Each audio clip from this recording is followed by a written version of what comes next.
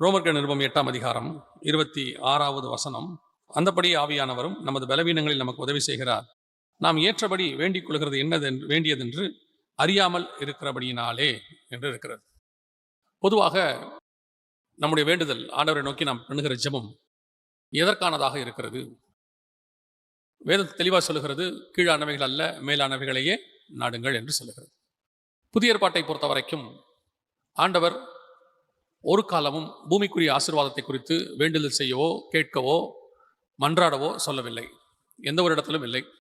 அவர் சொல்லியிருக்கிறது எல்லாவற்றுக்கும் பின்னாடியும் பார்த்தீங்கன்னா ஒரு மேலான காரியம் இருக்கும், பரலோகத்துக்குரியதாகத்தான் இருக்கும். கேளுங்கள், அப்பொழுது உங்கள் சந்தோஷம் நிறைவாயிருக்கும்படி பரமபிதா உங்களுக்கு தருவார் அப்படின்னு சொல்ற இடத்துல கூட அவர் எதை பற்றி சொல்றாருன்னா பரிசுத்த ஆவியை குறித்து சொல்லுகிறார். கேளுங்கள், அப்பொழுது பரிசுத்த ஆவியை பரமபிதா தருவார் என்று. கலாத்தியருக்கு எழுதும்போது ஆபிரகாமின் ஆசீர்வாதங்கள் இயேசு கிறிஸ்துவின் வழியாக புறஜாதியாருக்கு வரும்படியாகவும் பரிசுத்த ஆவியை குறித்த வாக்குத்தத்தம் நிறைவேறும்படியாகவும் இப்படி ஆயிற்று அப்படின்னு இருக்கு. ஸோ நமக்கான வேண்டுதல், நாம் தேவனிடத்தில் கேட்க வேண்டியது இன்னதென்று அறியாது இருக்கிறபடினாலே. ஏன் உங்களுக்கு தெரியாதா? உங்களுக்கு என்ன தேவை என்று உங்களுக்கு தெரியாதா? நம்முடைய தேவை என்ன என்பது நமக்கு தான் நன்றாக தெரியும் இல்லையா? மற்றவங்க எல்லாரை விட நமக்கு தான் நன்றாக தெரியும். அப்படி இருக்கும் பொழுது வசனம் சொல்லுது, நாம் ஏற்றபடி வேண்டிக் கொள்ள வேண்டியது என்னதென்று அறியாமல் இருக்கிறபடினால் அப்படின்னு இருக்கு. பழைய ஏற்பாட்டில கூட நான் சொல்லுகிறேன், அவர்கள் ஒரு காலகட்டத்தில் ஒரு சில காரியங்களை அவர்கள் கேட்டுக்கொண்டிருந்தார்கள். ஆபிரகாம்ல இருந்தே நான் சொல்றேன். அவர் என்ன பண்றாரு, நம்மை போல ஒரு பாடுள்ள மனுஷனாக இருந்து அவர் உலக பிரகாரமான சம்பாத்தியங்களுக்கு பின்னால் போகிறார். கர்த்தர் கானானுக்கு போக சொன்னா இவர் ஆரானுக்கு போறாரு. ஆரான்ல போய் சம்பாதிக்கிறாரு, சபதரிக்கிறாரு மனுஷங்களை எல்லாத்தையும். அப்புறம் ஆண்டவர் சொல்றாரு, இங்க என்ன பண்ணிட்டு இருக்கிற? நான் உன்னை கானானுக்கு தானே போக சொன்னேன், நீ கானானுக்கு போகணும் 2வது தடவை சொல்றாரு. சொன்ன உடனே ஆபிரகாம் புறப்பட்டு கானானுக்கு போகிறார். அங்கே போயும் அவர் என்ன பண்றாரு, ஆண்டவரை பார்த்து, எனக்கு எல்லாம் இருக்கு ஆண்டவரே, பிள்ளை இல்லாமல் இருக்கிறேனே அப்படின்னு கேட்கிறார். ஆண்டவர் அவருக்கு வாக்குத்தத்தம் கொடுக்கிறார். அப்போ ஆபிரகாம் அடுத்து என்ன செய்யறாரு, வாக்குத்தத்தம் பெற்ற உடனே நான் தேசத்தை எதனால் சுதந்திரத்துக் கொள்வேன் அப்படின்னு கேட்கிறார். நம்ம பாஷையில சொன்னோம்னா அவருக்கு ஆண்டவர் பிள்ளைய நல்ல சம்பாத்தியம் கொடுத்துட்டாரு. சம்பாத்தியம் வந்துருச்சு, இந்த சொத்துக்கெல்லாம் அதிபதி யாரு ஆண்டவரே, எனக்கு பின்னாடி யாரு, பையன் பிள்ளை இல்லையே. உடனே பிள்ளை வருது. பிள்ளை வந்த உடனே இந்த பிள்ளைகளுக்காக ஒரு வீடு கட்டணுமே அப்படின்னு நம்ம நினைக்கிற மாதிரி அவரும் கேட்கிறாரு, எனக்கு ஒரு லேண்ட் எப்போ கொடுப்பீர் ஆண்டவரே, இந்த தேசத்தை எதனால் நான் சுதந்திரத்துக் கொள்வேன். எல்லாம் வாங்கிட்டாரு. இப்போ ஆண்டவர் அதுக்கும் வாக்கு பண்ணிட்டாரு, எல்லாம் வாங்கிட்டாரு. இப்போதான் ஆபிரகாமுக்கு தெரியுது, எபிரேயர் 11 இருக்கு, அதையெல்லாம் அதிலும் மேன்மையான பரம தேசத்தையே அவன் நாடினான் அப்படின்னு. அப்படின்னா என்ன அர்த்தம்? ஒரு பீரியடுக்கு அப்புறம் தான் அவருக்கு தெரிய வருது, இதெல்லாம் நம்ம கேட்டது வேஸ்ட், இதெல்லாம் இல்லை. அப்பதான் அவருக்கு தெரியுது, இல்லை இல்லை, அந்தந்த ஏஜில் அந்தந்த ஆசை வர்றது இயல்பு, அந்தந்த தேவை நம்ம ஆண்டவர்கிட்ட போவது இயல்பு, அது மனிதம்.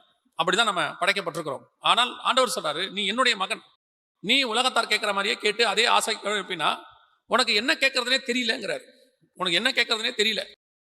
அப்படி இருக்கும் பொழுது அதை கேட்பதற்கு ஆவியானவர் நமக்கு உதவி செய்கிறார்னு இருக்கு. ஏங்க எனக்கு தெரியாதா, என் பையனுக்கு நான் சரி அதெல்லாம் கேட்கல, என் பையனுக்கு ஒரு நல்ல ஞானத்தை கேட்குறேன், என் பிள்ளைக்கு ஒரு நல்ல வரன் கேட்குறேன், என் பையனுக்கு ஒரு வேலை கேட்குறேன். இப்போவும் ஆண்டவர் சொல்றாரு, நீங்கள் வேண்டிக் கொள்வது என்னதென்று அறியாது இருக்கிறபடினால். இதுவும் தேவ திட்டமா, இதுவும் ஆண்டவர்கிட்ட கேட்கக்கூடாதா அப்படின்னு சொன்னா வேதம் தெளிவா சொல்லுது, உங்களுக்கு என்ன தேவை என்பதை உங்கள் பரமபிதா முன்பே அறிந்திருக்கிறார் அப்படின்னு இருக்கு. உங்களுக்கு மட்டுமல்ல, உங்கள் தலைமுறைக்கும் ஆண்டவர் வச்சிருக்கிறார். அவர்களுக்கும் என்ன செய்யணும் தெரியும். உங்களுக்கு பிள்ளையை கொடுத்த ஆண்டவருக்கு அந்த பிள்ளைக்கு என்ன கொடுக்கணும்னு அவருக்கு தெரியும். அப்ப வேண்டுதல், இடைவிடாத வேண்டுதல் செய்யுங்கள், ஜெபம் பண்ணுங்கள் அப்படின்னு சொல்லி பவுல் சொல்ற இடங்கள் எல்லாம் பாருங்க. எந்த இடத்துலாவது வீட்டுக்காக இருக்குதா? யாராவது பவுல்கிட்ட வீட்டுக்காக ஜெபம் பண்ண வந்தாங்களா? சொத்துக்காக ஜெபம் பண்ண வந்தாங்களா? அல்லது யாராவது வேலை தேடி வந்தாங்களா? யோசித்து பாருங்க, ஏதாவது இருக்குதான்னு மட்டும் பாருங்க. அப்படின்னா வேதம் சொல்லக்கூடியதான வேண்டுதல் வேறு. நமக்கு இன்னும் அது என்னன்னே தெரியலன்னு பைபிள் சொல்லுது. பரிசுத்த ஆவியை பெற்றவர்களுக்கு சொல்றோம், அதாவது தேவனை அறிந்து ரட்சிக்கப்பட்டு பரிசுத்தாவின் அபிஷேகத்தை பெற்றுக்கொண்டவர்களுக்கு வேதம் சொல்லுது, நீங்கள் வேண்டிக் கொள்வது என்னதென்று அறியாது இருக்கிறபடினாலே. அப்ப இந்த வசனத்தை இந்த இடத்துல சொல்லும் பொழுது பவுல் எதை குறித்து எழுதுகிறார், எந்த காரியத்தை குறித்து எழுதுகிறார் அப்படின்னு சொல்லி நீங்க பாத்தீங்கன்னு சொன்னா 18வது வசனத்துல இருந்து அவர் எழுதுறார். 3 முக்கியமான காரியங்கள் அங்கே கொடுக்கப்பட்டிருக்கிறது. நீங்கள் என்ன செய்ய வேண்டும் என்பதை குறித்து, என்ன வேண்டுதல் செய்யணும் அப்படிங்கறத குறித்து சொல்லிட்டு தான் இந்த 26வது வசனத்துல சொல்றாரு, ஆவியானவர் தாமே வாக்கு கடங்காத பெருமூச்சுகளோடு நமக்காக வேண்டுதல் செய்கிறார் அப்படின்னு இருக்கு. அப்படின்னா ஏதோ ஒரு வேண்டுதல் இருக்கு, ஏதோ ஒரு ஜெப குறிப்பு இருக்கு.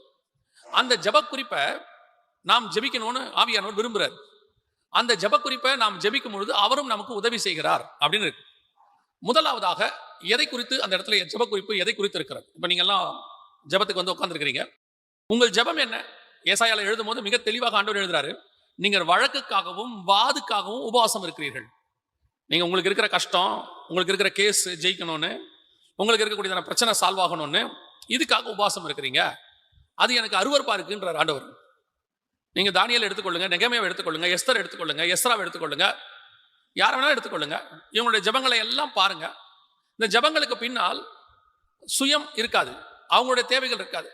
தானியேல் 70 வாரம் அடிமைத்தனம் நீங்கணும்னு ஜெபம் பண்றாரு. நெகேமியா அல்லங்கம் கட்ட பண்ணணும்னு ஜெபம் பண்றாரு. எஸ்தர் ஜனங்கள் விடுதலையாக்க பண்ணணும்னு ஜெபம் பண்றாங்க. இப்படி ஒவ்வொருத்தருடைய ஜெபத்தையும் எடுத்து பாருங்க. அப்ப நம்முடைய ஜெபம் எதுக்காக இருக்கு? எப்போ பாரு நம்மெல்லாம் ஜெபிக்க ஆரம்பிச்சாலே நம்ம தான் கண்ணு முன்னாடி நிக்கிறோம். நம்முடைய தேவை கர்த்தர் நம்முடைய உலகத்தில் இருக்கக்கூடிய 90% மக்களில் விட ஒரு 10% மக்கள் ஆசீர்வாதமா இருக்கிறாங்கன்னு ஒரு சர்வே சொல்லுது. என்ன ஆசீர்வாதம் கேட்டா, ஒரு வெயிலுக்கு பனிக்கு மழைக்கு ஒரு வீடு, சொந்தமாக ஒரு வீடு, ஒரு வாகனம், 3 வேளை ஆகாரம். இது 3மே ஒரு மனுஷனுக்கு இருக்குன்னா அவன் உலகத்துல இருக்கிற எல்லா வளங்களும் பெற்ற 10% மக்கள் அவன் இருக்கிறான்னு சொல்றாங்க. இப்ப இங்க இருக்கிறவங்கள எத்தனை பேர் அந்த 10%ல இருக்கிறீங்கன்னு பாருங்க. உங்களுக்கு கண்டிப்பாக ஒரு வீடு இருக்கிறது. சரி, வாடகை வீடாவது இருக்கிறது, வாடகை கொடுக்குற அளவுக்காவது பலன் இருக்கிறது. 3 வேளை ஆகாரம் அல்ல, அபிஷியலாக 3 வேளை, இடையிடையே வரும்போது போகும்போது மெல்றதெல்லாம் வேற இருக்கு. ஸோ அது ஆகாரத்துக்கு குறைவே இல்லை. மிச்ச மீதி எல்லாம் ஃப்ரிட்ஜில் இருக்கு. எப்படியும் ஒரு வாரத்துக்கு தேவையானது ஃப்ரிட்ஜில் இருக்கு, ஒரு மாசத்துக்கு தேவையானது பரணையில் இருக்கு, ஷெல்ஃபில். ஸோ இப்போ நீங்க ஆகாரத்துக்கும் உங்களுக்கு பிரச்சனை இல்லை. 3 வேளை நல்லா தான் நம்ம சாப்பிட்றோம். போக வரத்துக்கு ஒரு வாகனம் இருக்கு, 2 வீலரோ 4 வீலரோ ஏதோ ஒன்று இருக்கு. இவ்வளவு ஆசீர்வாதத்தை கர்த்தர் கொடுத்திருக்கிறார். ஆனாலும் இன்னும் நீங்க ஜெபம் பண்ணி முழங்கால் போட்டீங்கன்னா ஏதோ ஒரு ஜெப குறிப்பு, ஆண்டவரே அது சரியில்லை, இது சரியில்லை, அது கிடைக்கல, இது கிடைக்கல, ஏதாவது ஒண்ணு கேட்டுக்கிட்டே இருக்கிறீங்க, ஏதாவது ஒன்று ரெக்வஸ்ட் வச்சுக்கிட்டே இருக்கு. ஆண்டவர் சொல்றாரு, எப்பதான் நான் விரும்புறபடி நீ ஜெபம் பண்ணுவேன்னு கேட்கிறாரு. நமக்காக இருக்கிற விஷயத்துக்காக உபவாசம் பண்ணி அழுது கதறி ஆண்டவர் சொல்றாரு, எதுக்கு இவ்வளவு கஷ்டப்படுற? நீ கேட்காமயே இவ்வளவு கொடுத்துருக்கிறேனே, நீ கேட்காம இவ்வளவு வருஷம் நடத்தி கொண்டு வந்திருக்கிறேனே, தாயின் கருவில உருவாக்கும் போது உன்னை அழிக்காதபடிக்கு உன்னை கொண்டு வந்தேனே, கொண்டு வந்து இத்தனை வருஷம் உன்னை நடத்தினேன். நீ கேட்டா நான் செஞ்சேன். நீ கேட்டுதான் உனக்கு ஆக்சிஜன் கொடுத்தேனா? நீ கேட்டுதான் உனக்கு தாய் தகப்பனை கொடுத்தேனா? நீ கேட்டுதான் இத்தனை வருஷம் உன்னை நான் பாதுகாத்தேனா? நீ என்னை அறியாது இருந்த போதே நான் உன்னை நடத்தினேங்கிறாரு. இவ்வளோ பர்ஃபெக்டா நடத்துற ஒரு கடவுள்கிட்ட திருப்பி திருப்பி நம்ம எல்லாருமே செய்யற ஒரு காரியம், போய் ஆண்டவர்கிட்ட நமக்காக நமக்காக நமக்காக. அப்ப ஆண்டவர் சொல்றாரு, உனக்கு ஜெபம் பண்ண தெரியலப்பா, நீங்கள் வேண்டிக் கொள்வது என்னதென்று அறியாது இருக்கிறபடினால். அப்ப எதுக்காக தான் ஜெபம் பண்ணணும் அப்படின்னு கேட்டீங்கன்னா, முதலாவதாக ஒரு காரியத்தை அந்த இடத்துல சொல்றாரு. ஒரு விஷயம் தான் இருக்கு, அந்த ஒரு விஷயத்துல 3 பகுதியாக அவர் சொல்லுகிறார். முதலாவதாக வாசிங்க, ரோமர்கள் நிருபம் 8ஆம் அதிகாரம் 19-20. மேலும் தேவனுடைய புத்திரர் வெளிப்படுவதற்கு சிருஷ்டியானது மிகுந்த ஆவலோட காத்து கொண்டிருக்கிறது. அதென்றால் சிருஷ்டியானது அழிவுக்குரிய அடிமைத்தனத்திலிருந்து விடுதலையாக்கப்பட்டு தேவனுடைய பிள்ளைக்குரிய மகிமையான சுயாதீனத்தை பெற்றுக்கொள்ளும் என்கிற நம்பிக்கையோட அந்த சிருஷ்டியானது சுய இஷ்டத்தினால் அல்ல, கீழ்ப்படுத்தினவராலே மாயைக்கு கீழ்பட்டு இருக்கிறது.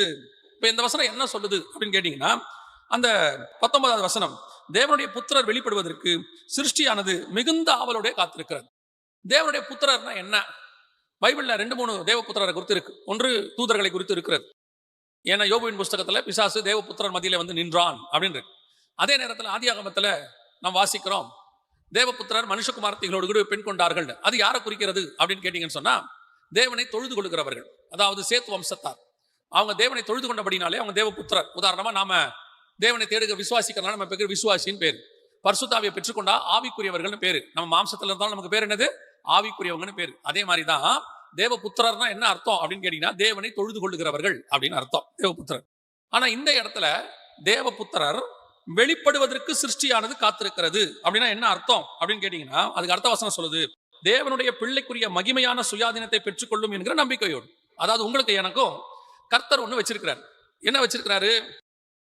தேவனுடைய பிள்ளை என்கிறதான ஒரு மகிமையான சரீரம் வச்சிருக்கிறாராம். மகிமையின் சரீரம்.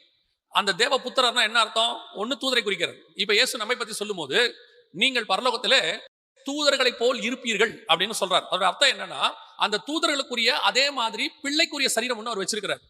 அந்த பிள்ளைக்குரிய சரீரமானது மகிமையிலே இருக்கு. நமக்கு ஆண்டவர் அதை உருவாக்கிட்டு இருக்கிறார்.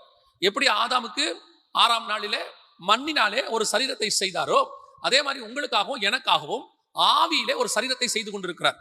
ஆவியிலே அந்த சரீரத்தை செய்கிறதுனாலே அந்த சரீரத்தை உங்களுக்கு எனக்கும் ஆயத்தப்படுத்தி அந்த சரீரத்தை நீங்கள் போகும்போது உங்களுக்கு கொடுப்பார். அழிவுள்ளதான இது அழியாமையும், சாவுக்கேதுவான இது சாவாமையும் தரித்துக் கொள்ளும். நம்ம அந்த வசனத்தை சும்மா சர்வசாதாரணமா கல்றையில அடக்காராதனையில சொல்லிட்டு போயிடுறோம்.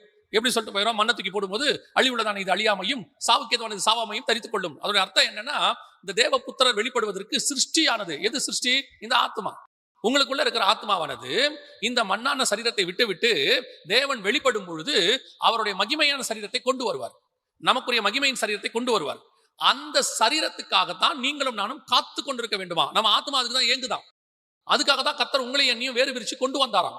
கீழே எழுதுறார், பவுல் சொல்றார், கொண்டு வந்து இந்த மாம்ச சரீரத்துல ஏன் இன்னும் வச்சிருக்கிறாருன்னா அந்த ஆவிக்குரிய சரீரத்தை பெற்றுக்கொள்ளும்படி வச்சிருக்கிறார்.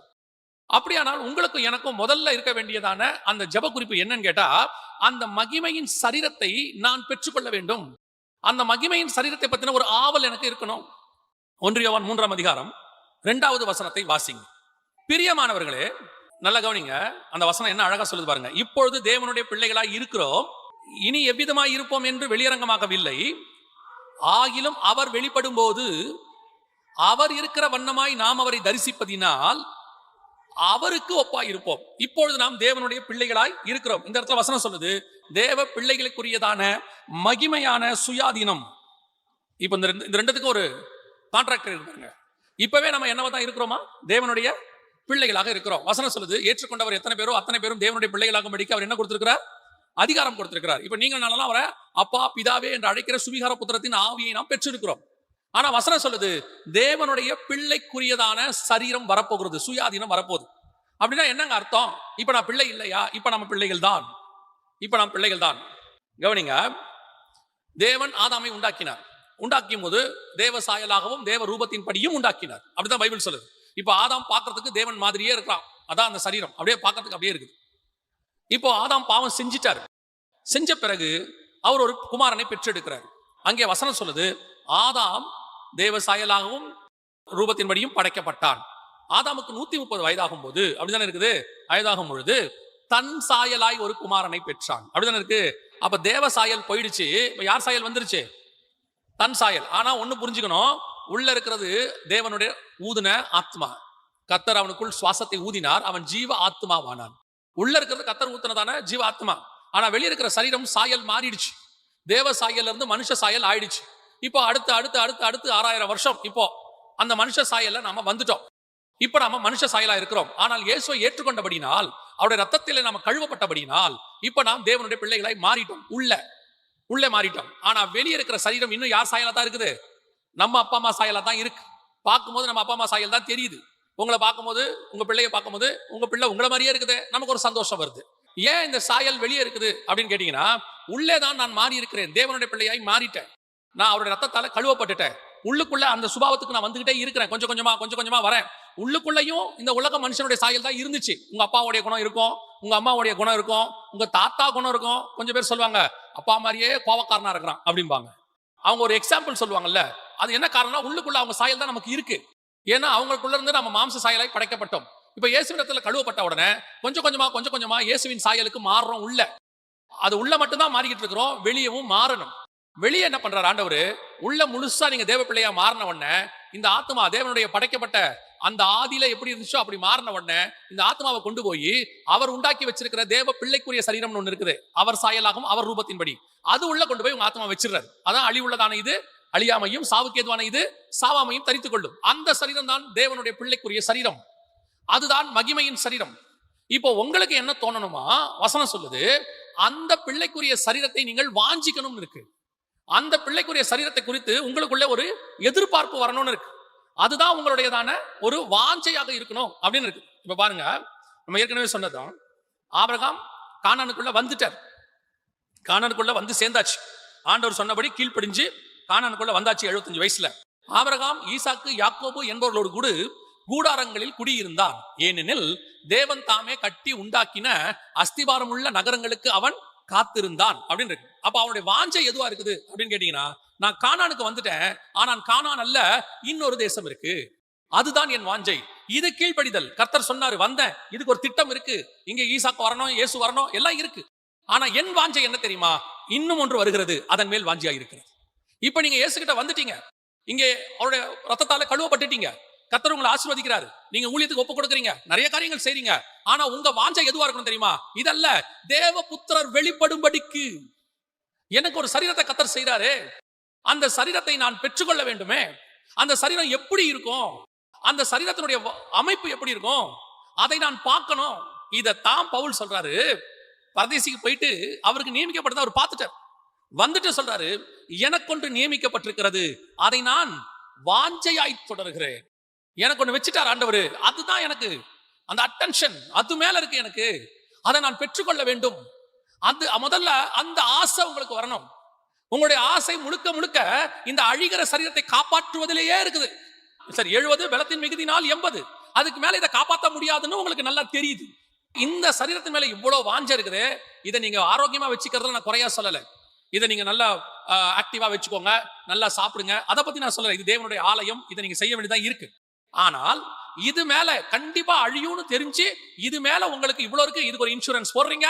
ஒருவேளை எனக்கு 60 வயசுல உடம்பு சரியில்லாம போனா, 70 வயசுல கிட்னி ஃபெயிலியர் ஆனா, 75 வயசுல எனக்கு ஏதாவது ஒண்ணு நடந்தா அப்படின்னு இப்ப போட்டு வச்சுக்கிறீங்களே, அப்ப இந்த சரீரத்தின் மேல உங்களுக்கு இவ்வளவு ஒரு வாஞ்சையும் ஒரு என்ன சொல்றது ஒரு பிரிகாஷனும் இருக்குது. உங்க வரப்போற சரீரத்தின் மேல உங்களுக்கு ஏதாவது இருக்குதா? அதை பத்தின ஏதாவது ஒரு விஷனாவது இருக்குதா? அது மேல ஒரு விருப்பம் இருக்கா? பார்க்கணுங்கிற ஆசையாவது இருக்குதா? இல்ல அந்த எண்ணமாவது தோணுதா? பாருங்க, இப்ப நீங்க தேவனுடைய பிள்ளைகளா இருக்கிறீங்க, மாற்று கருத்து இல்ல.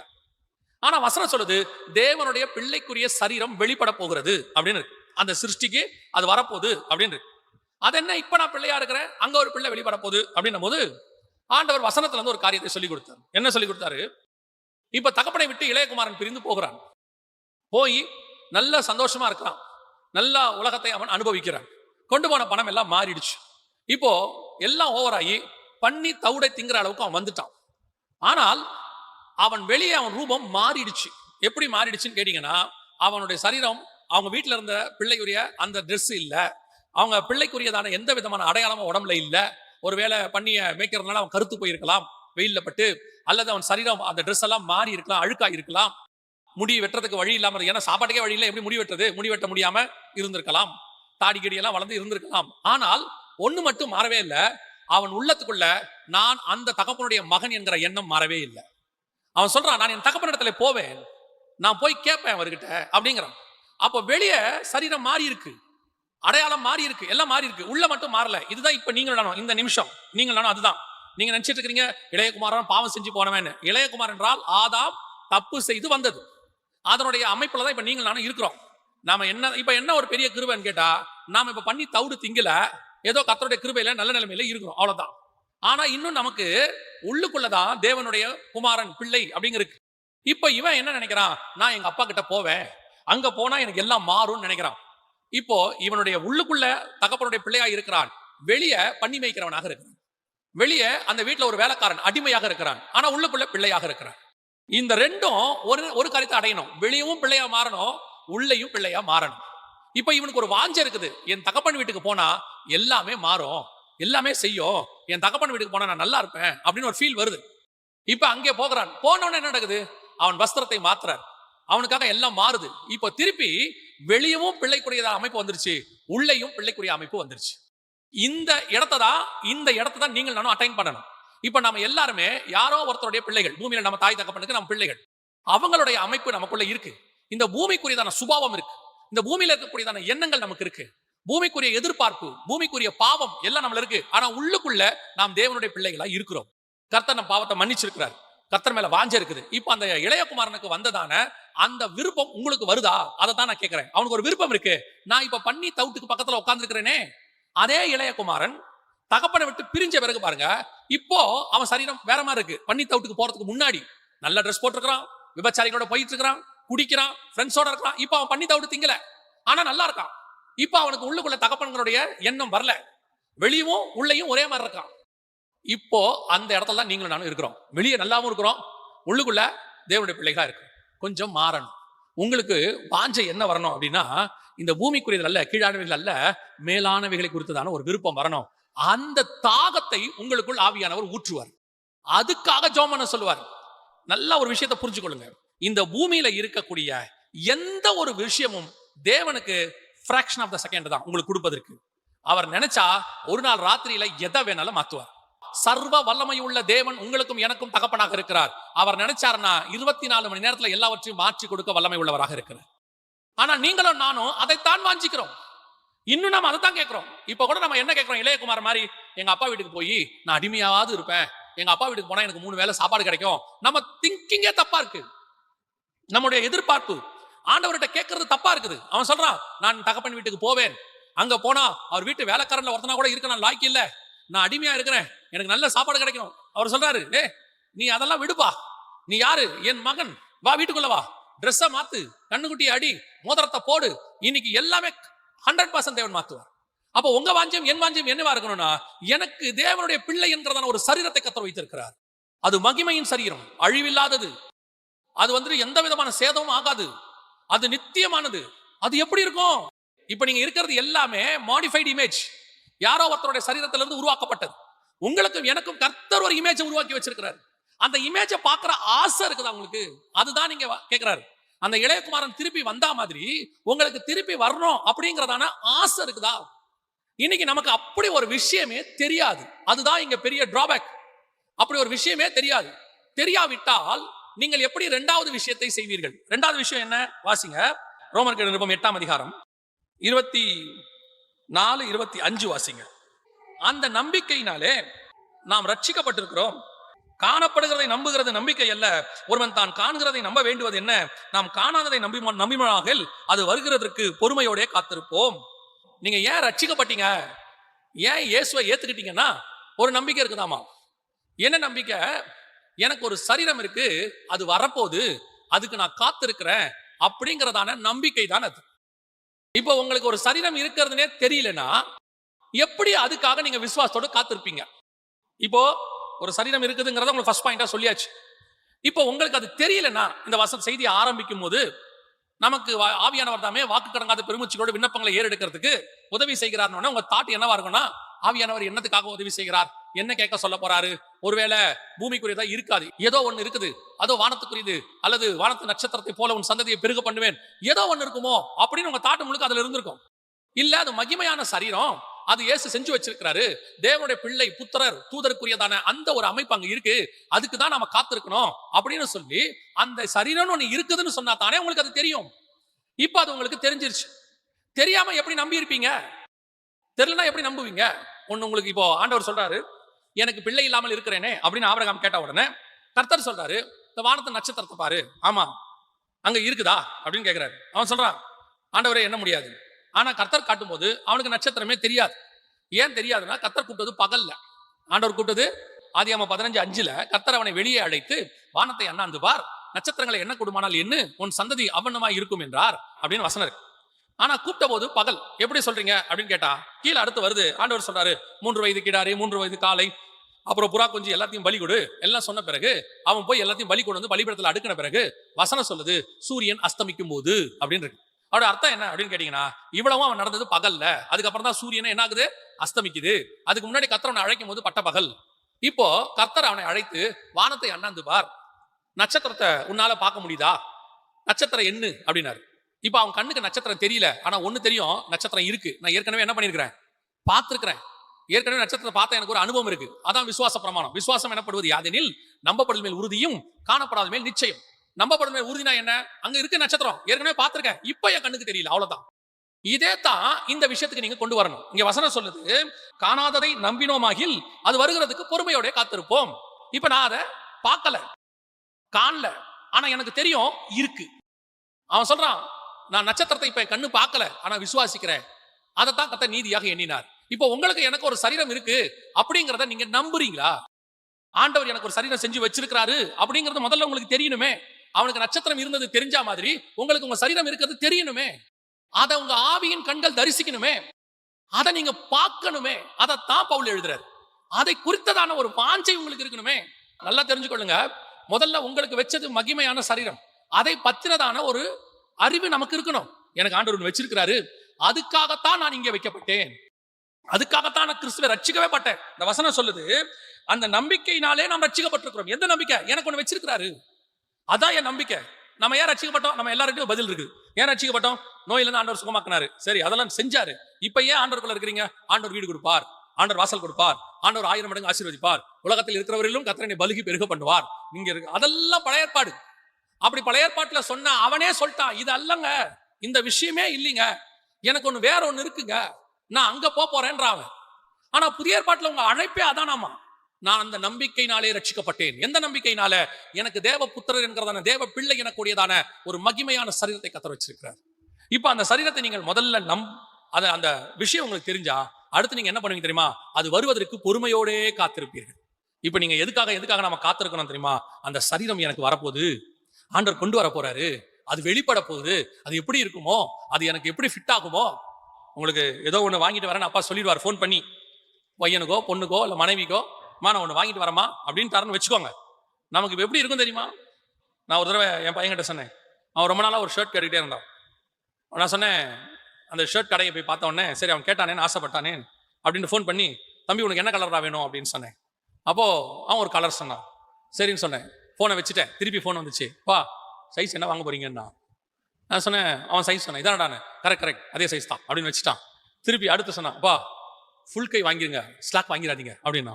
சரின்னு ஃபோனை வச்சுட்டேன். அப்போ ஒன்று வாங்கிட்டு வரேன்னு சொன்ன உடனே அவனுக்கு ஒரு எக்ஸைட், வாங்கிட்டு வர போறாரு, அப்பா நம்ம கேட்டது கிடைக்க போகுது, அது வருது அப்படிங்கிற ஒரு வாஞ்சை. இப்போ நான் எடுத்துட்டு வீட்டுக்கு போறேன், மீட்டிங் எல்லாம் முடிச்சுட்டு மறுநாள் தான் போறேன். அந்த மீட்டிங் சண்டே முடிச்சுட்டு நைட் கிளம்பி மறுநாள் போறேன். காலையில போய் இறங்கி வீட்டுக்குள்ள நுழைஞ்ச உடனே அவன் உள்ள வந்த உடனே கேட்டான், இந்த சட்டை எங்க அப்படின்னா.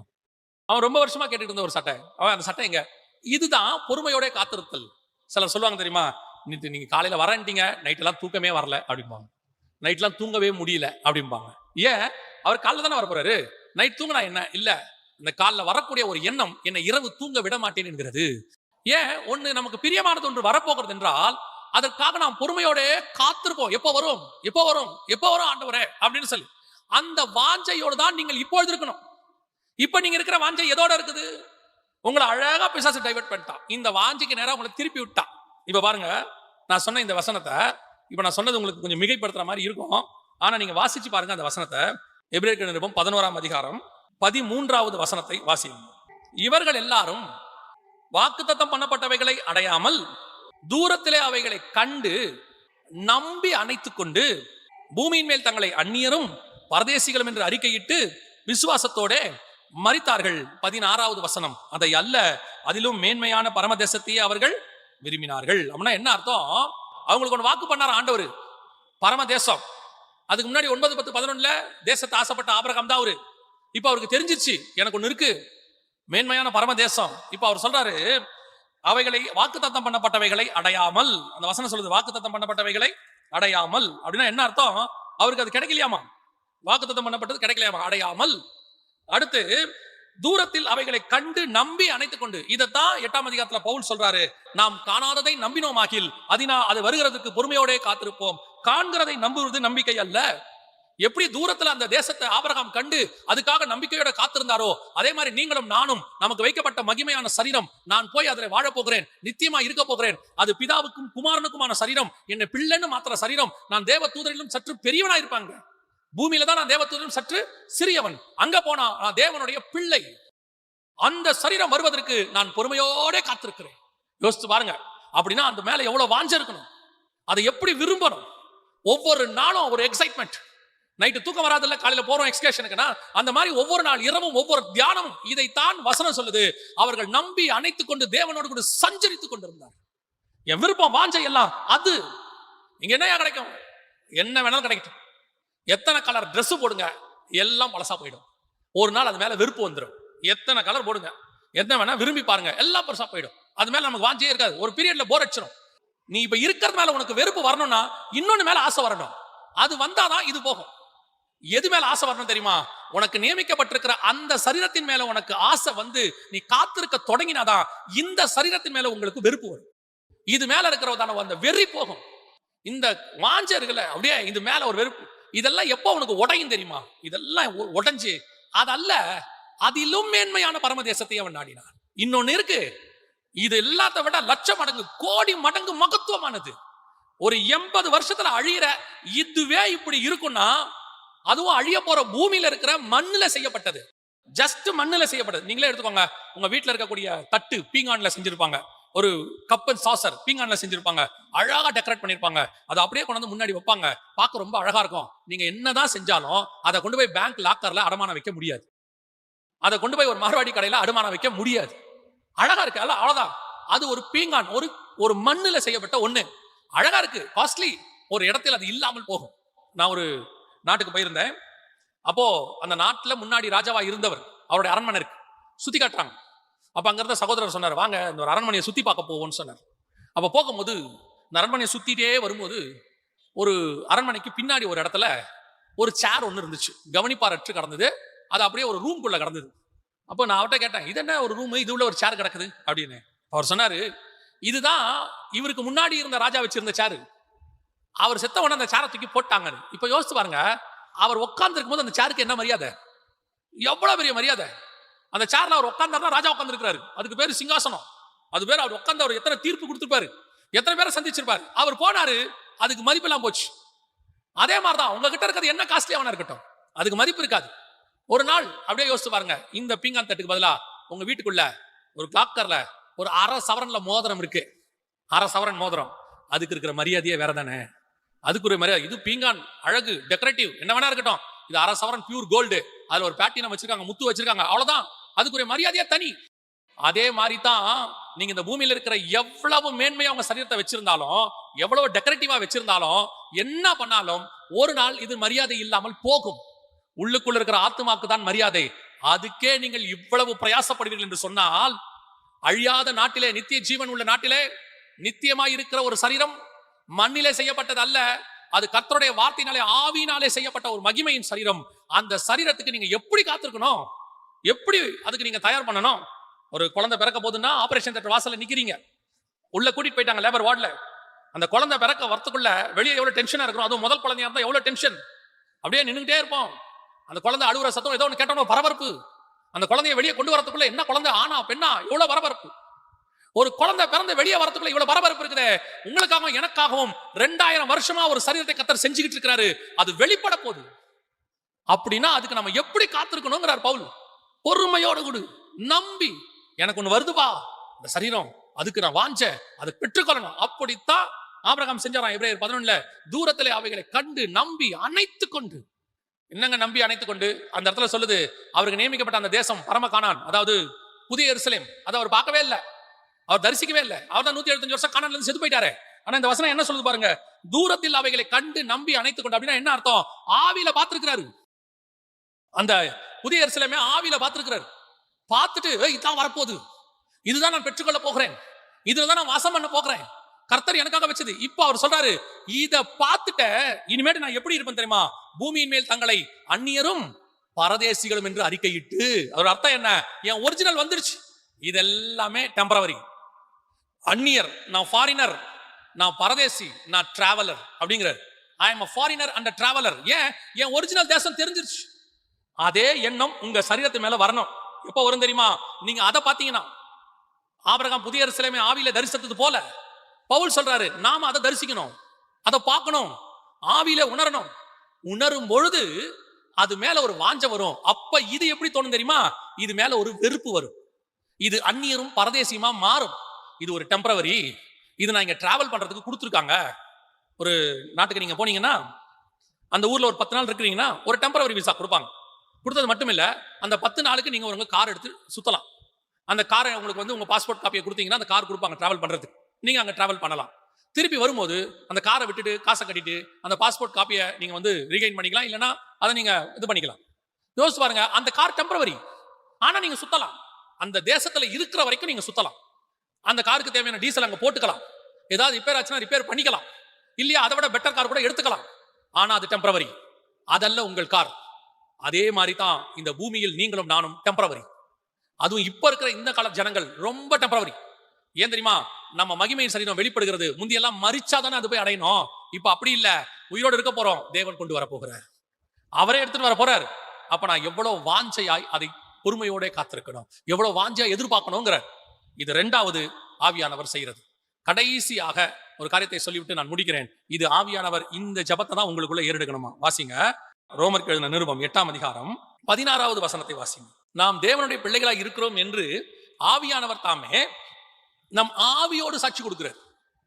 எதுக்காக ஆவியோட சாட்சி கொடுக்கிறாரு? நான் தான் ஞானஸ்நானம் எடுக்கும்போது எனக்கே தெரியுதே நான் தேவனுடைய பிள்ளை ஆயிட்டேன்னு.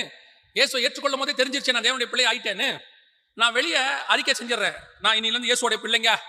ரட்சிக்கப்படும் போது சிலர் அறிக்கை சொல்லுவாங்க, இது முதல் கொண்டு இயேசுவை சொந்த ரட்சகராக ஏற்றுக்கொள்கிறேன், அவருடைய பிள்ளை ஆகிறேன் அப்படின்லாம் சொல்லுவாங்க. உண்மை, மாற்று கருத்து இல்லை. அப்பயே தான் பிள்ளை ஆயிட்டோமே. ஆனா இங்க வசனம் சொல்லுது, நாம் தேவனுடைய பிள்ளைகளா இருக்கிறோம் என்று ஆவியானவர் தாமே நம்முடைய ஆவியினுடைய சாட்சி கொடுக்கிறார். கொடுத்துட்டு அடுத்து என்ன செய்யறார்? அதான் ரொம்ப முக்கியம். 27 வாசிங்க, 27. ஆவியானவர் தேவனுடைய சித்தத்தின்படியே பரிசுத்தவான்களுக்காக வேண்டுதல் செய்கிறபடியால் இருதயங்களை ஆராய்ந்து பார்க்கிறவர் ஆவியின் சிந்தை இன்னதென்று அறிவார். அப்ப என்ன சொல்ல வராரு புரியுதா? பரிசுத்தவான்களுக்காக வேண்டுதல் செய்கிறார். என்ன ஆவியானவர் வேண்டுதல் செய்யறாரா? இவன் தேவனுடைய பிள்ளை ஆயிட்டான் ஆண்டவரே. இப்ப இருதயத்திலேயே ஆத்மாவில தேவனுடைய பிள்ளை ஆயிட்டான். ஆனா இவன் அந்த இருதயத்துல தேவனுடைய பிள்ளை ஆகிற சிந்தை, அந்த விருப்பம், அந்த வாஞ்சை இவனுக்குள்ள வரணும். இவனுக்குள்ள என்ன இருக்கு? இந்த உலகத்தில் இருக்கிற வாஞ்சை, விருப்பம் எல்லாம் இருக்கு. இந்த சரீரத்துக்குரியதுக்காக அவன் போராடுறான். இப்ப நீங்க கூட இந்த சரீரத்துல பாவம் செய்யக்கூடாதுன்னு போராடுவீங்க இல்லையா? இந்த சரீரத்துல பாவம் செய்யக்கூடாதுன்னு போராடுவீங்க. என்ன போராடுவீங்க? ஆண்டவரே நான் பாவம் செய்யக்கூடாது. ஒரு சில பாவங்கள் விலகினம் நாம் செய்கிறோம். நாம என்ன நினைக்கிறோம்? இனிமேட் நான் இதை செய்யக்கூடாது ஆண்டவரே. இனிமேட் நான் உண்மை விழுந்து விழுந்து எழுந்திருக்கிறோம். நான் எப்பவுமே சொல்லுவேன், விழுகிறது உண்மையிலேயே பாவம் அல்ல, எழுந்திருக்காமல் இருக்கிறது தான் பாவம். உனக்கு அந்த வாஞ்சை வந்துடும் எழும்பிக்கிறேன்னு. ஏன்னா விழுந்து விழுந்து எந்திரிக்கிறது தான் இந்த மாம்சத்துல இருக்கக்கூடிய பலகீனம். விழாமல் இருக்கிறது நல்லது. அதான் பைபிள் சொல்றது, நிற்கிறவன் என்று சொல்லுகிறவன் விழாது இருப்பானா. அதனால நம்ம ஸ்ட்ராங்கா இருக்கிறோம், விழுந்துடக்கூடாது. ஓகே ரைட் ஃபைன், ஆனா விழாம பாத்துக்கோங்கன்றார். ஆனா இந்த இடத்துல அதை சொல்லல. இவனுக்கு அந்த வாஞ்சை வரணும். ஆண்டவரே ஆவியில சாட்சி கொடுக்கிறார், நீ தேவனுடைய பிள்ளைப்பா, நீ தேவனுடைய பிள்ளைப்பா. அதுக்காக நான் என்ன பண்ணணும்? பரிசுத்தவான்கள், அடுத்த வசனம் சொல்லுது 27, தேவனுடைய சித்தத்தின்படி பரிசுத்தவான்களுக்காக வேண்டுதல் செய்கிறபடியால் இருதயங்களை ஆராய்ந்து பார்க்கிறவர். இப்ப அவர் சொல்றாரு, ஆவியின் சிந்தை என்ன? உன் சிந்தை என்னவா இருக்குது? நீ தேவனுடைய பிள்ளைக்குரிய சிந்தை இருக்குதா? அந்த சரீரத்துக்குரிய சிந்தை உனக்குள்ள இருக்கா? நீ அந்த மாதிரி மாறுறியா? உன்னுடைய வாஞ்சை அது மாதிரியே இருக்குதா? இப்ப பாருங்க, ராணுவத்துல ஆள் எடுப்பாங்க. ராணுவத்துல ஆள் எடுக்கும் போது நேரா போய் ராணுவத்துல சேர முடியாது. இவன் என்ன பண்ணுவான் தெரியுமா? ராணுவத்துல ஆள் எடுக்க போறாங்கன்னு தெரிஞ்சிருச்சு, நான் ராணுவத்துக்கு போறேன்னு தெரிஞ்சுட்டா இப்ப ஓடுவான். இவன் அதுக்கு ஒரு 6 மாசத்துக்கு முன்னாடி அதுக்கு என்ன பண்ணுவான்? பிராக்டிஸ் பண்ணுவான், ஓடுவான், நல்லா சுத்துவான், அப்புறம் நல்லா எக்ஸசைஸ் பண்ணுவான், பாடி ஏத்துவான், அப்புறம் ஓடணும். அதுக்கேத்த மாதிரி அந்த ராணுவத்துல அந்த ராணுவ வீரனுக்கு என்ன கிரைட்டீரியாவோ அந்த கிரைட்டீரியாவுக்கு இவனை மாத்துவான். அதுக்கான பிராக்டிஸ் பண்ணுவான். ஒரு நாள் செலக்ஷன்ல போய் நிப்பான். செலக்ஷனுக்கு போயிட்டு இவனை மாத்த மாட்டான். நல்லா தெரிஞ்சுக்கொள்ளுங்க, நான் முதல்ல செலக்ஷனுக்கு போயிடுறேன், நீங்க என்ன செலக்ட் பண்ணுங்க, நான் போய் நீங்க நினைக்கிற ஸ்ட்ரக்சருக்கு மாறிட்டு வரேன். இல்ல நீ அன்ஃபிட், நீ ஆக மாட்டேன். அப்ப என்ன செய்யணும்? நீ செலக்ட், நீ ஃபிட் ஆயிட்டு வா, இங்க வா, அதுக்கப்புறமா உன்னை நான் எடுத்துக்கிறேன். அதுக்கப்புறம் வேற பிராக்டிஸ் இருக்குப்பா, ஆனா பேசிக்கா இதை நீ செய்யணும். ஃபிட் பண்ணிட்டு வா, ஃபிட் பண்ணிட்டாங்க வா. அதைத்தான் ஆவியானவர் என்ன செய்யறாரா? ஒரு மகிமையின் சரீரம் வரப்போது, நீ தேவனுடைய பிள்ளைகளா இருக்க போற, உன் சரீரத்தோடு உன் சிந்தையோடு கூட அவர் போராடுகிறார். நீ எதை சிந்திக்கணும்? அந்த சரீரத்துக்குரிய சிந்தி. நீ எதை மாதிரி மாறணும்? அந்த சரீரத்துக்குரிய மாதிரி மாறு. உன்னை ஃபிட் பண்ணு, அதுக்கேற்ற மாதிரி ஃபிட் பண்ணு. நான் இப்ப அந்த சிந்தையிலேயே இல்லையே, அதுக்கான பிராக்டிஸ்ல இல்லையே. உனக்கும் எனக்கும் அந்த தேவனுடைய பிள்ளை என்கிறத மாற்றம் வரணும். உனக்குள்ள அந்த தாட் வரணும். அப்போ உன் சிந்தனை எல்லாம் அதை பத்தியே இருக்கும்னா, இப்ப எப்படி அந்த ராணுவத்துல சொல்லிருப்பாங்க, 5 அடி இருக்கணுங்க, டெய்லி புல்லப்ஸ் இருப்பான், 5 அடிக்கு மாறுவான், நிறைய அந்த முளைக்கட்டின பயிர் சாப்பிடுவான், பாடி ஏறணுங்க. அதுக்கேற்ற மாதிரி அந்த கிரைட்டீரியா உனக்கு தெரியணும். அந்த அமைப்பு உனக்கு தெரிஞ்சு அந்த தேவனுடைய சரீரத்தை எனக்கு வச்சதுக்கு ஏற்ற மாதிரி நான் மாறணும் நீ முடிவெடுத்தினா அதுக்கேற்ற மாதிரி ஒவ்வொரு நாளும் மாறுவேன். உண்மையை சொல்லட்டுமா? நீங்க மாறும்போது இந்த சரீரத்தில் அது தெரியும். நீங்க மாறுறது எங்க தெரியும்? இப்ப நீங்க வச்சிருக்கிற உங்க சரீரத்துல தெரியும். தெரியுமான்னு கேக்குறீங்களா? வாசிங்க 1 கொரிந்தியர் 13ஆம் அதிகாரம் 12வது வசனத்தை வாசிங்க. இப்பொழுது கண்ணாடியிலே நிழலாட்டமாய் பார்க்கிறோம், அப்பொழுது முகமுகமாய் பார்ப்போம். என்னத்தை இப்பொழுது கண்ணாடியில் நிழலாட்டமாய் பார்க்கிறோம்? அப்ப என்ன நாம் முகமுகமாய் பார்ப்போம் அப்படின்னா எதை சொல்றாரு? வாசிங்க 2 கொரிந்தியர் 3ஆம் அதிகாரம் 18வது வசனம் வாசிங்க. கர்த்தருடைய மகிமையை கண்ணாடியில் காண்கிறது போல கண்டு ஆவியாய் இருக்கிற கர்த்தரால் அந்த சாயலாய் தானே மகிமை மேல் மகிமை அடைந்து. அப்ப என்ன சொல்ல வருதுன்னா, நீ போய் கண்ணாடிக்கு முன்னாடி நில்லு. கண்ணாடியில போய் நீங்க நின்னீங்கன்னா கண்ணாடியில என்ன தெரியும்? கண்ணாடியில என்ன தெரியும்? உங்க முகம் தெரியும், அப்படித்தானே? உங்க முகம் அப்படியே அங்க என்ன செய்யும்? தெரியும். நீங்க கண்ணாடியில போய் நின்னீங்கன்னா ஆவியில அந்த சரீரம் தெரியும். அந்த சரீரம் தெரியும். அது எப்படி தெரியுமா? நிழலா தெரியுமா? கொஞ்சம் கொஞ்சமா கொஞ்சம் கொஞ்சமா நீங்க நிப்பீங்க, அங்கே மகிமையின் சரீரம் தெரியும். நிக்கும்போது என்ன தெரியும்? மகிமையின் சரீரம். நான் சொல்றது லிட்டரலா கண்ணாடியில இல்ல, உங்களை பார்க்கிறவன் கண்ணாடியில் பார்க்கிறது போல. அர்த்தம் என்ன? உங்களை தான் பார்ப்பாங்க, ஆனா நீங்க தெரிய மாட்டீங்க. உங்களுக்கு வச்ச தேவனுடைய சரீரம் உங்களுக்குள்ள இருந்து அவருக்கு வெளிப்படும். அந்த மகிமை உங்களுக்குள்ளே வரும். வர்றது மோசேன்னு தெரியுது, வர்றது மோசேன்னு நல்லா தெரியுது, ஆனா முகம் தெரியல, பிரகாசமா இருக்குது. என்னடா முகம் பிரகாசமா இருக்குது? முகம் தெரியலையா? பிரகாசமா இருக்கு, பார்க்க முடியலையா? சில நேரத்தில் நீங்க ஹைவேஸ்ல போயிட்டு இருக்கும்போது பாருங்க, எதிரில் 2 லைட் பளிச்சுன்னு அடிக்கும் ஹைவேஸ்ல. நம்ம நினைப்போம் ஏதோ லாரி வருது போலன்னு, பார்த்தா காரா இருக்கும். காரா இருக்கும். ஏன்? அந்த லைட் வெளிச்சம் அதுக்குள்ள என்ன இருக்குன்றத என்ன பண்ணிடுது? மறைச்சிடுது. லைட்டு தான் அடிக்குது. அதே மாதிரி தான் மோசே வரும்போது லைட் அடிக்குது முகத்துல, அப்படியே பளிச்சுன்னு அடிக்குது. அடிச்சா இது மோசே தான் தெரியுது. ஆனா மோசே முகம் இல்ல. அங்க பார்த்தா ஒரு வெளிச்சம் அடிக்குது. இந்த வெளிச்சம் எங்க இருந்து வந்துச்சு? தேவனை போய் மலையில பார்த்த உடனே அவர் முகத்துல இருக்கிற வெளிச்சம் இவன் முகத்துல அடிச்சு, இப்போ மோசே முகத்துல இருந்து வெளிச்சம் தெரியுது, மோசே தெரியல. நான் சொல்றது உங்களுக்கு புரியுதா? அதே தான் நீங்கள் தேவ சமூகத்துல தேவனை விரும்பி தேவ சாயலாய் மாறணும்னு போய் நிற்கும் போது உன்னுடைய பேச்சில, பார்வையில, செய்கையில, சிந்தனையில எல்லாத்திலையும் கிறிஸ்து பிரதிபலிப்பார். கிறிஸ்துவனுடைய பிள்ளை என்கிற சுபாவம் பிரதிபலிக்கும். நீ அப்பதான் கொஞ்சம் கொஞ்சமா மாறுவீங்க. இப்ப நீங்க பாவத்தை விடணும்னு நினைக்கிறீங்களா? பாவத்தை விட முடியாது. ஒண்ணு விட்டா இன்னொன்னு வரும், ஒண்ணு விட்டா இன்னொன்னு வரும், வந்துட்டே இருக்கும். அதுக்கு பதிலா நீங்க கிறிஸ்துவின் சாயலா மாறணும்னு ட்ரை பண்ணி இதுக்கு பின்னாடி ஓடுங்க. இதை நீங்க யோசிக்கவே மாட்டீங்க. இப்போ நான் என்ன செய்யணுமா? அந்த கண்ணாடியில பார்த்து பார்த்து பார்த்து என்ன சரி பண்ணணுமா? நான் கிறிஸ்துவின் சாயலா மாறுறேனா? பேச்சு மாறுதா? திடீர்னு ஒரு கோவம் வந்துரும். ஆவியானவர் சொல்வாரு, இல்லப்பா உன் வார்த்தை பாரு, கோவம் வருது பாரு, இது இப்படி வரக்கூடாதுப்பா, இப்படி வரக்கூடாது அப்படிம்பாரு. இப்ப இன்னும் மாற ட்ரை பண்ணணும். அடுத்து திடீர்னு பேசிட்டே இருப்போம். திடீர்னு ஒரு சிந்தனையில டக்குன்னு ஏதோ ஒரு மாம்ச இச்சையோ ஏதோ ஒண்ணு வந்துரும். ஆண்டவர் சொல்வார், இல்லப்பா இன்னும் மாறு, இன்னும் மாறு, கொஞ்சம் கொஞ்சமா மாற. இப்ப திடீர்னு விழுந்துட்டாரு, எழுந்துரு, இன்னும் மாறு, இன்னும் மாறு. ஒரு நாள் வரும், என் சரீரம் எப்படி இருக்கிறதோ, அமைக்கப்பட்டிருக்கிறதோ பரலோகத்தில், அதுக்கு ஏத்த மாதிரியே நான் இங்க மாறி இருப்பேன் உள்ள. இப்ப ஆண்டவர் சொல்வாரு, இதை ரிமூவ் பண்ண, மேல இருக்கிறத அழிவுள்ளதான இது ரிமூவ் பண்ணு, அழியாமையை தருதுகள். இப்ப நீ அந்த சரீரத்துக்கு ஏத்த மாதிரி ஃபிட் ஆயிட்ட, அந்த சரீரத்துக்கு ஏத்த மாதிரி ஒண்ணு மாத்தியாச்சு. அந்த சரீரத்துக்கு ஏத்த மாதிரி நீங்க மாறணும். அதுக்குத்தான் இப்ப ஆவியானவர் என்ன செய்யறார்? வாசிங்க பாப்போம், முடிக்கலாம், வாசிங்க. ரோமர் 8:26. அந்தப்படியே ஆவியானவரும் நமது பலவீனங்களில் நமக்கு உதவி செய்கிறார். என்ன உதவி செய்யறாரு? இன்னும் மாறணும், இன்னும் அந்த சரீரத்துக்கு ஏத்த மாதிரி மாறு. உன்னை நான் எப்படி மாத்திக்கிட்டு இருக்கிறேன் தெரியுமா? உன்னை வந்துட்டு பாஸ்டரா மாத்துறேன், உன்னை எவாஞ்சலிஸ்டா மாத்துறேன், உன்னை வந்து சுவிசேஷகரமா இல்ல இல்ல இல்ல. உன்னை நான் மகிமையின் சரீரம் ஒண்ணு வச்சிருக்கு, அது என்னன்னு எனக்கு தெரியும், அதை உருவாக்கி வச்ச இயேசுவுக்கு தெரியும். இப்ப நீயும் தெரிஞ்சுக்கோ. இப்போ நீங்க சாதாரண ஆளா இருந்தீங்க, திடீர்னு உங்களுக்கு கல்யாணம் ஃபிக்ஸ் பண்ணிட்டாங்க, மாப்பிள்ளை ஆயிட்டீங்க. இப்ப வருவான் ஒருத்தன் அங்கிருந்து வந்து, ஏப்பா இதெல்லாம் ஓகே தான், இது இந்த இடத்துக்கு ஓகே தான், ஆனா மாப்பிள்ளைனா இப்படி இருக்க கூடாதுப்பா, அதுக்கு ஒரு ட்ரெஸ்ஸிங் கோடு இருக்கு, அதுக்கு ஒரு ட்ரெஸ் இருக்கு, அலங்காரம் இருக்கு. எஸ்தர் சாதாரண பெண்ணு தான், கொண்டாந்து போய் ராஜகுமாரத்துக்கு அலங்காரம் பண்றான். இப்ப சொல்லணும், ராஜகுமாரத்துக்கு அலங்காரம் எனக்கு எதுக்குங்க? ஒரு நாள் ராஜா பக்கத்துல உட்கார்ந்தா இந்த அலங்காரத்தை செஞ்சுதான் ஆகணும். அதுக்கேத்த மாதிரி மாறு. இனிமேட்டு எஸ்தரை மற, இனிமேட்டு நீ யாரு, உன்னுடைய அக்ஸான்றதை மற, உங்களுடைய பூர்வீகத்தை மற, உன் தாய் தகப்பனை பத்தி பேசாத. எஸ்தரை பத்தி சொல்றேன், தன் தாய் தகப்பனை குறித்து அறிவிக்காது இருந்தால் விடு, எல்லாத்தையும் விடு. இப்ப நீ யார் தெரியுமா? அகாஸ்வேரு ராஜாவுக்கு மனைவியாக வேண்டியவள். நீ அதுக்கேத்த மாதிரி உன்னை மாத்து, ஃபிட் பண்ணு. இதே தான் இன்னைக்கு தேவனுடைய பிள்ளைகளாய் மாறிட்டோம். கர்த்தர் உங்களுக்கு எனக்கும் மகிமையின் சரீரம் வச்சிருக்கிறாரு, அது தேவனுடைய பிள்ளைக்குரிய சரீரம்.